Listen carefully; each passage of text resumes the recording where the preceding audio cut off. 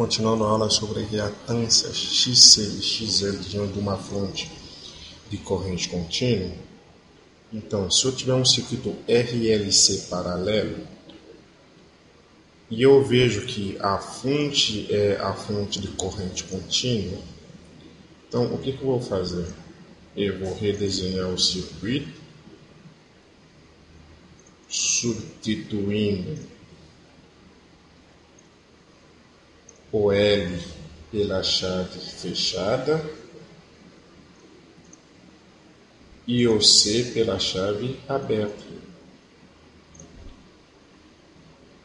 Então, neste caso aqui, o que eu tenho? Tenho esse circuito aqui, resultante. Aí, a corrente irá fluir como no circuito?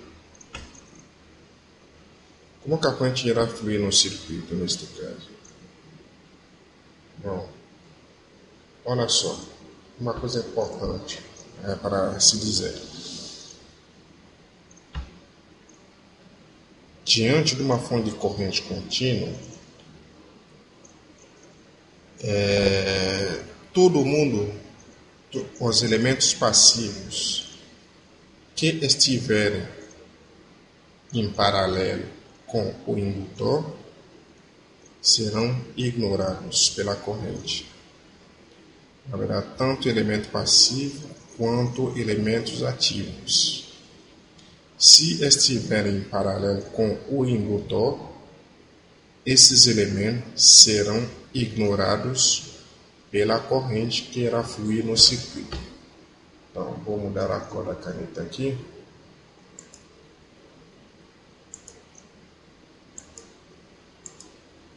Neste caso aqui, como que vai fluir a corrente? A corrente vai sair da fonte. Observa que o R, o resistor R, está em paralelo com o indutor, assim como o capacitor. Logo, tanto R quanto o capacitor serão ignorados pela corrente, porque está em paralelo com o indutor. Então, a corrente vai fazer esse caminho. O indutor causou curto-circuito em cima desses elementos. A corrente vai fazer esse caminho.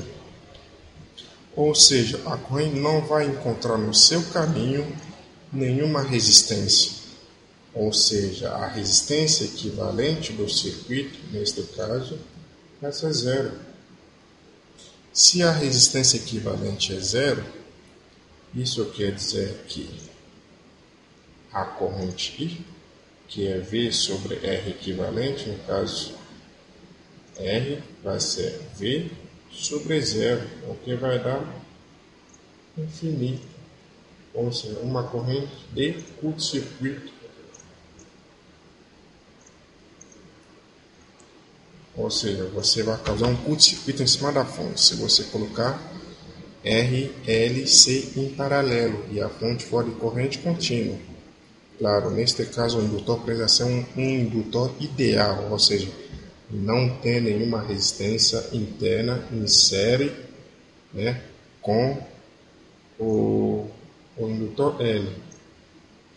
Entendeu? Então, o indutor real não tem esta resistência interna em série.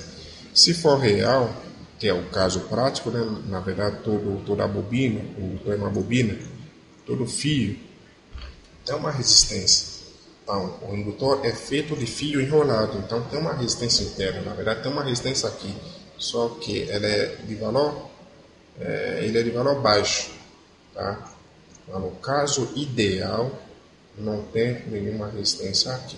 Aí nesse caso você tem um curto perfeito em cima, da fonte de tensão, tá?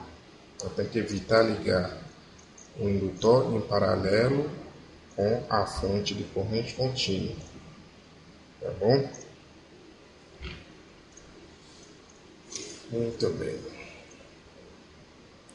Então, em circuitos grandes, né? Então, faz isso. Observa primeiramente quem está em paralelo com o indutor. Então, a corrente, em vez de passar por esse elemento que está em paralelo com o indutor, a corrente vai preferir passar pelo indutor, que no caso vai virar chave fechada, tá? Então, presta atenção nisso quando você for resolver questões, tá?